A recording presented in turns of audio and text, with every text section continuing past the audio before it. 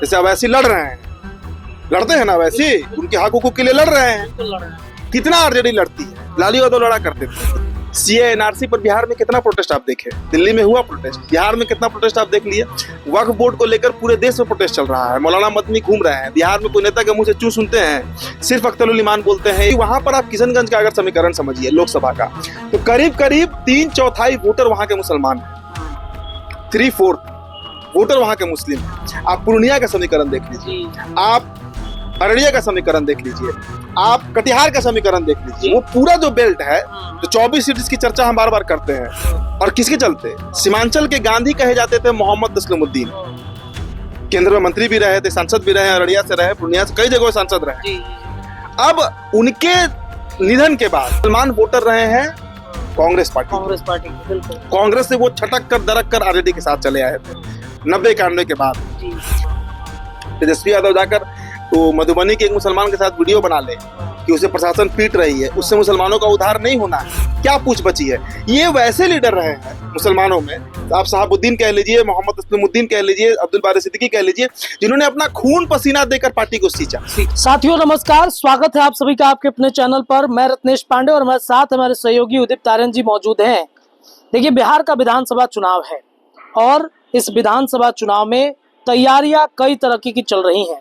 आज पटना में कुर्मी एकता रैली बुलाई गई, तो वहीं बिहार के अलग अलग जिलों में भी अलग अलग पार्टियां अपनी तैयारी कर रही हैं। इसके अलावा साल 2020 में जो पैटर्न देखने को मिला, उससे इस बार बिल्कुल डिफरेंट चुनाव होने जा रहा है। कैसे? तो देखिए, कई दल हैं जिनके बारे में चर्चा होती है कि वो वोट कटवा दल है। उसमें एआईएमआईएम का नाम सबसे ज्यादा चर्चा में रहता है। सीमांचल की सीटों पर एआईएमआईएम ने साल 2020 में एक एक्सपेरिमेंट किया और वो एक्सपेरिमेंट में सफल हो गई। 5 विधानसभा सीटें जीत गई। जो मुसलमान वोट लालू प्रसाद यादव की पार्टी राष्ट्रीय जनता दल के साथ जुड़ी रहती है, उसने ये दिखा दिया कि हमारे पास दूसरा रास्ता भी है। ये बार बार आप ये नहीं कह सकते हैं कि मुसलमान मतलब राजद, राजद मतलब मुसलमान, मुसलमान और भी अपना राजनीतिक वजूद तलाशते रहते हैं। इसके अलावा कांग्रेस की अगर बातचीत करें तो कांग्रेस भी इस बार अलग प्लान कर रहा है। राहुल गांधी का 2 बार पटना आना, 22 और 28 फरवरी को एक बार फिर से बड़ा कार्यक्रम बिहार में हो रहा है। एक तरफ बक्सर जाएंगे मल्लिकार्जुन खड़गे, प्रियंका गांधी पटना में कार्यक्रम करेंगी। दलित वोट बैंक पर फोकस है, दोनों चर्चाएं होंगी। सबसे पहले एआईएमआईएम पर हम आते हैं। वोट कटवा के रूप में इस पार्टी को कहा जाता है। क्या मतलब ऐसा मुसलमानों को लगा कि बिहार के आरजेडी को छोड़कर हैदराबाद की एक टीम को ज्यादा पसंद कर रही है मुसलमान? देखिए, 2020 के में एक नारा दिया गया था, मुझे याद है जी, कि एआईएमआईएम मजबूरी है, राजद अब भी जरूरी है। मुझे याद है सीमांचल में नारा खूब चल रहा था। अच्छा। उस समय ऐसा एक परसेप्शन बनाया जा रहा था कि सीमांचल जो है वो अभी भी राष्ट्रीय जनता दल का है। लेकिन जब चुनाव परिणाम आया तो अवैसी की पार्टी, असदुद्दीन अवैसी की पार्टी ने 5 सीटें निकाल ली और वो 5 विधायक, चाहे आप शाहनवाज की बात कीजिए, चाहे अख्तरुल इमान की बात कीजिए, जो विधायक जीते थे उसमें वो सब के सब पहले राजद के नेता रहे थे। खुद अख्तरुल इमान पहले आरजेडी के नेता रहे हैं। लेकिन सीमांचल, देखिए सीमांचल के बारे में एक समझ लीजिए, सीमांचल को बिहार की राजनीति में तुरुप का इक्का कहा जाता है। बिल्कुल। जिसका सीमांचल उसका सत्ता, उसकी सत्ता, ये बड़ी कॉमन। और देखिए, ये परसेप्शन नहीं है, ये वास्तविकता है। ये कोई ऐसा नहीं है कि मतलब हमसाहबाद हो, सारण हो, मगध हो, सबसे ज्यादा अगर सीमांचल की चर्चा इसलिए होती है क्योंकि वहां पर आप किशनगंज का अगर समीकरण समझिए लोकसभा का, तो करीब करीब 3/4 वोटर वहां के मुसलमान हैं, 3/4 वोटर वहां के मुस्लिम हैं। आप पूर्णिया का समीकरण देख लीजिए, आप अररिया का समीकरण देख लीजिए, आप कटिहार का समीकरण देख लीजिए, वो पूरा जो बेल्ट है, जो 24 सीट की चर्चा हम बार बार करते हैं, वहां पर मुस्लिम ही तय करते हैं कौन विधायक होगा, कौन सांसद होगा। अब आरजेडी चर्चा क्या हुआ था 2020 में कि एआईएमआईएम मजबूरी है, राजद अब भी जरूरी है। अब इस बार नया एक स्लोगन आएगा, देखिएगा क्या, उसकी तैयारी चल रही है कि अब एआईएमआईएम ही जरूरी है और राजद यानी आरजेडी मजबूरी है। समझिए इस खेल को। जाएगा। देखिए, जिस क्षेत्र पर एकाधिकार किसी पार्टी का लंबे समय रहा हो, और किसके चलते? सीमांचल के गांधी कहे जाते थे मोहम्मद तस्लीमुद्दीन, केंद्र में मंत्री भी रहे थे, सांसद भी रहे, अररिया से रहे, पूर्णिया से कई जगह सांसद रहे। अब उनके निधन के बाद जो उनके दो बेटे हैं सरफराज और शाहनवाज, बड़े वाले सरफराज है, छोटे वाले शाहनवाज है, इनकी लड़ाई देखिए 2024 में एक काम तेजस्वी प्रसाद यादव ने अच्छा किया कि कम से कम अररिया से शाहनवाज को लड़ाया। तो आप रिजल्ट भी देखिए, प्रदीप सिंह वहां से जीते हैं, लेकिन कितने वोट से जीते हैं? 6 लाख वोट उनको आया है, और शाहनवाज को कितना वोट आया है? 5,80,000। जी जी जी बिल्कुल। मतलब मात्र 20,000 वोट से अररिया जो है वो रद्दधारी है। और मुझे याद है कि परिवार में काफी विवाद भी हुआ था उस जगह, मारपीट तक हुआ था, मारपीट तक हो गया था। सरफराज और शाहनवाज दोनों में अगर पूछे थे कि दमदार लीडर कौन है तो शाहनवाज है, इसमें कोई दो राय नहीं है। तो तेजस्वी प्रसाद यादव ने एक छोटा सा एक्सपेरिमेंट किया, तो अररिया में ये चुनाव परिणाम आया कि मात्र 20,000 के अंतर से प्रदीप सिंह निकल गए, नहीं तो वो सीट भी आरजेडी जीत जाती। मात्र 20,000 का डिफरेंस रहा था। अब समझिए कि वहां के मुसलमान क्यों नाराज हैं तेजस्वी प्रसाद यादव से, क्योंकि अगर नाराज नहीं होते तो 5 सीट AIMIM नहीं जीतती। देखिए तस्लीमुद्दीन के निधन के बाद, सावन में शहाबुद्दीन के निधन के बाद, हालांकि अभी तो अब्दुल बारी सिद्दीकी हैं, लेकिन मिथिलांचल में उनकी क्या पूछ बची है? क्या पूछ बची है? ये वैसे लीडर रहे हैं मुसलमानों में, आप शहाबुद्दीन कह लीजिए, मोहम्मद तस्लीमुद्दीन कह लीजिए, अब्दुल बारी सिद्दीकी कह लीजिए, जिन्होंने अपना खून पसीना देकर पार्टी को सींचा है। और एक समय लालू प्रसाद यादव सच में बड़े हिमायती थे मुसलमानों के। आप हमको बताइए कि अब ओसामा साहब को ज्वाइन कराया जाता है मजबूरी में, शाहनवाज को टिकट दिया गया अररिया से मजबूरी में। आरजेडी में प्रतिनिधित्व कहाँ है मुसलमानों का? कहाँ प्रतिनिधित्व आप देख रहे हैं? जब आपको MLC बनाना होता है, किसी मोटा पार्टी को उठाते हैं, MLC बना देते हैं। राज्यसभा भेजना होता है तो AD सिंह को भेज देते हैं ना, पहले मीसा भारती को भेज देते, फिर AD सिंह को। तो भूमिहार राजपूत को आप भेजिएगा राज्यसभा। और अभी रैली क्या हो रहा है? अभी तेली महासभा का रैली हुआ, अभी 19 मार्च से 19 फरवरी के बीच पनिया का रैली होने जा रहा है, भूमिहारों का रैली होने जा रहा है, इनका रजक का रैली होने जा रहा है। तो भाई अब सबका रैली हो रहा है बिहार में, मुसलमानों का रैली कहाँ हो रहा है? ये बताइए हमको।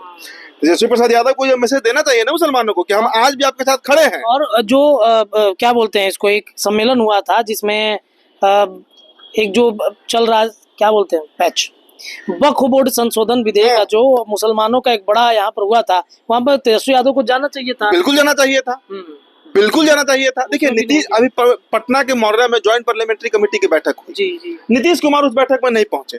नीतीश कुमार ने जाने से इनकार किया। इनकार क्या किया? वो पहुंचे ही नहीं, वो गए ही नहीं उस बैठक। चलिए मानते हैं नीतीश कुमार NDA के साथ हैं, तो उनकी गठबंधन की मजबूरी रही होगी।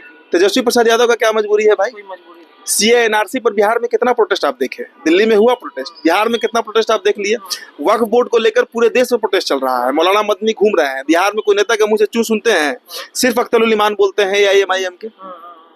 तो ये सब बात मुसलमानों को दिख नहीं रहा है क्या? बिहार के मुसलमानों को आप समझिए, नीतीश कुमार के, देखिए नीतीश कुमार से मुसलमानों को उम्मीद रहती है, लेकिन उस कदर नहीं जिस तरह लालू प्रसाद यादव से रही है, जो कि लालू यादव ने उनको प्रतिनिधित्व भी दिया, उनके हक के लिए काम भी किया। लेकिन आप बीते 10-15 सालों से देखिए तो लगातार उनको नजरअंदाज करना। अब 17% मुसलमान है तो 1 टिकट लोकसभा का आप दीजिएगा, 2 टिकट दीजिएगा, और 14% यादव को आप 10 टिकट दे दीजिएगा, 5% कुशवाहा को आप 60 टिकट दे दीजिएगा। तो आप बोलते हैं कि जिसकी जितनी संख्या भारी उसकी उतनी हिस्सेदारी। कहाँ आप हिस्सेदारी दे रहे हैं? 10 टिकट अगर आप यादव को दिए तो आपको 12 टिकट मुसलमानों को देना चाहिए था। बिल्कुल, आप 12 टिकट लोकसभा में मुसलमानों को देके देख लेते। 17% आबादी है, नहीं तो फिर यादव को उतना टिकट नहीं देते। यादव को आप 5 को टिकट देते, 7 को मुसलमान को दे देते तो भी चलता। तो आप राजनीति कीजिएगा यादव का, राजनीति कीजिएगा अति पिछड़ों का, और वोट चाहिएगा मुसलमानों का। ये अब बिहार के मुसलमान को यह बर्दाश्त नहीं हो रहा है। सबसे बड़ी बात समझिए, मुसलमान वोटर रहे हैं कांग्रेस पार्टी के। बिल्कुल, कांग्रेस से वो छटक कर दरक कर आरजेडी के साथ चले आए थे 90-91 के बाद जी। अब राहुल गांधी उसी पर काम कर रहे हैं। MD BMD एक गठबंधन होता है, ब्राह्मण मुस्लिम दलित, जिस गठबंधन पर कांग्रेस ने इस देश में सालों तक सत्ता चलाया संभाला, उस गठबंधन पर वापस हो रहा है। कहते हैं ना बैक टू वेदास, वो बैक टू वेदास वाले काम पर राहुल गांधी लगे हुए हैं।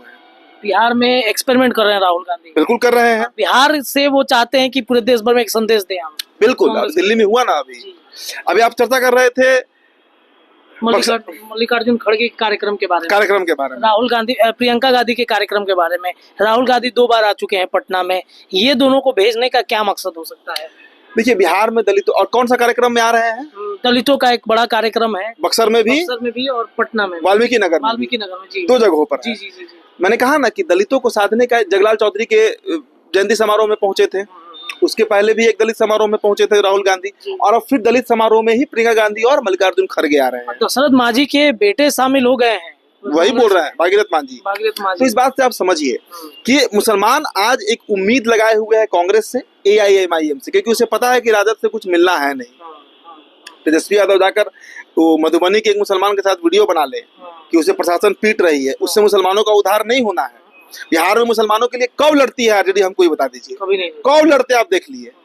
अभी नवरात्रि में खबर आया कि एक भाजपा के विधायक हैं, मैं उनका नाम नहीं लूंगा, वो तलवार बांट रहे हैं, कोई कुछ कर रहा है, कोई वक्फ बोर्ड पे कुछ बोल देता है, कोई पाकिस्तान भेजने का कहता है।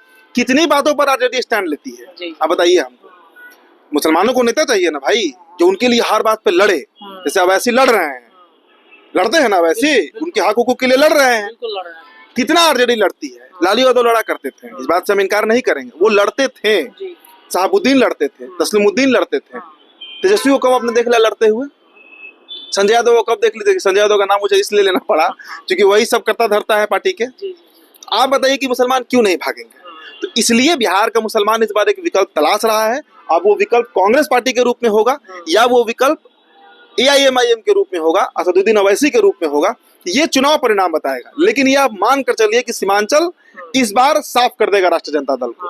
और मैंने कहा ना कि वो तुरुप का इक्का है, जिसके साथ सीमांचल गया सत्ता उसके साथ चला जाता है। सीमांचल में आप कोई विधानसभा पकड़ लीजिए, ठाकुरगंज कह लीजिए, किशनगंज कह लीजिए, कस्बा कह लीजिए, रुपौली कह लीजिए, कोई विधानसभा सीट वहां का आप उठाकर देख लीजिए, तब तक राजद नहीं जीतेगी जब तक मुसलमान वहां आरजेडी को वोट नहीं करेंगे, और वो नहीं करेंगे। 20 में इस बात को मुहर लग चुका है। चलिए देखिए, तो कांग्रेस और असदुद्दीन ओवैसी की पार्टी अब बड़ा एक्सपेरिमेंट बिहार में करने जा रही है, और जो तुरुप का इक्का कहा जाता है उस पर कहीं ना कहीं वो तैयारी शुरू कर दी है। कांग्रेस और AIMIM के बारे में आप क्या सोच रखते हैं, अपनी राय कमेंट में रखिएगा। जुड़े रहिए इस चैनल पर, तमाम राजनीतिक विश्लेषण जारी है। धन्यवाद।